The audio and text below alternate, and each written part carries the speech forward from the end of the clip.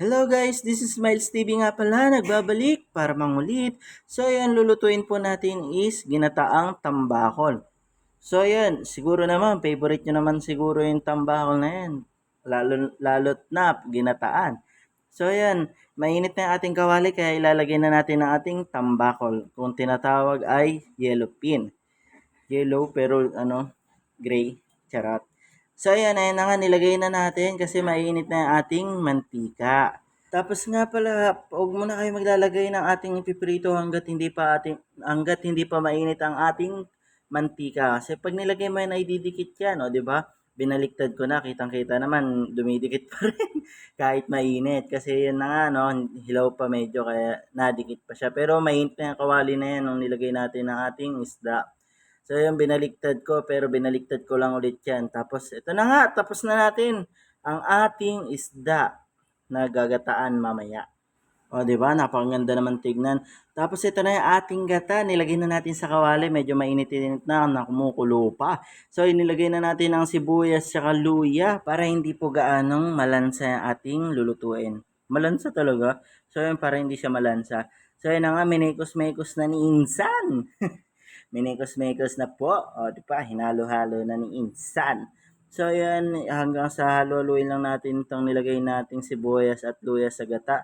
Tapos yun na nga, nung kumukulo na, nilagay na natin ang ating tambakol. O, di ba?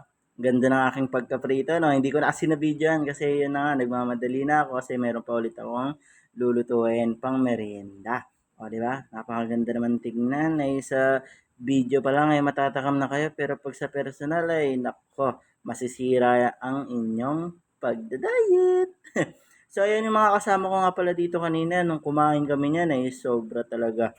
Sobrang naubos yung kanin. Hindi, joke lang. May natira pa naman. Tapos ito na nga, nilagay na natin yung ating sitaw. Kasi ito yung sitaw na pampatagal, matagal lumambot. So, yan, kaya yan yung inuna natin bago natin nilagay yung pechay. So, yan na nga, medyo lumambot na siya. Kaya nilagay na natin yung unang gata. Kasi kanina yung pangalawang gata yan. So, yan, yung unang gata. O, di ba?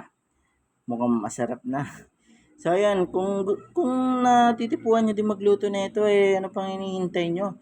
Ito talaga, alam niyo naman kasi sa Pilipinas, eh, talaga naman na favorite natin talaga yung mga lutong gata. Basta ginataan na hindi talaga tayo magpapahuli, mapapataob talaga natin yung kaldero. So, yun na nga, nilagay ko na yung talong dito kasi medyo na nga lumambot yung ating sitaw na kumukulo na, eh, baka ma-overdose. Overdose talaga, ba't umiinom ba ng gamot? Hindi. So, ayan, nilagay na nga natin ang asin. Asin. Yun, nilagay na ni Insan yung asin tas magic sarap, o, di ba?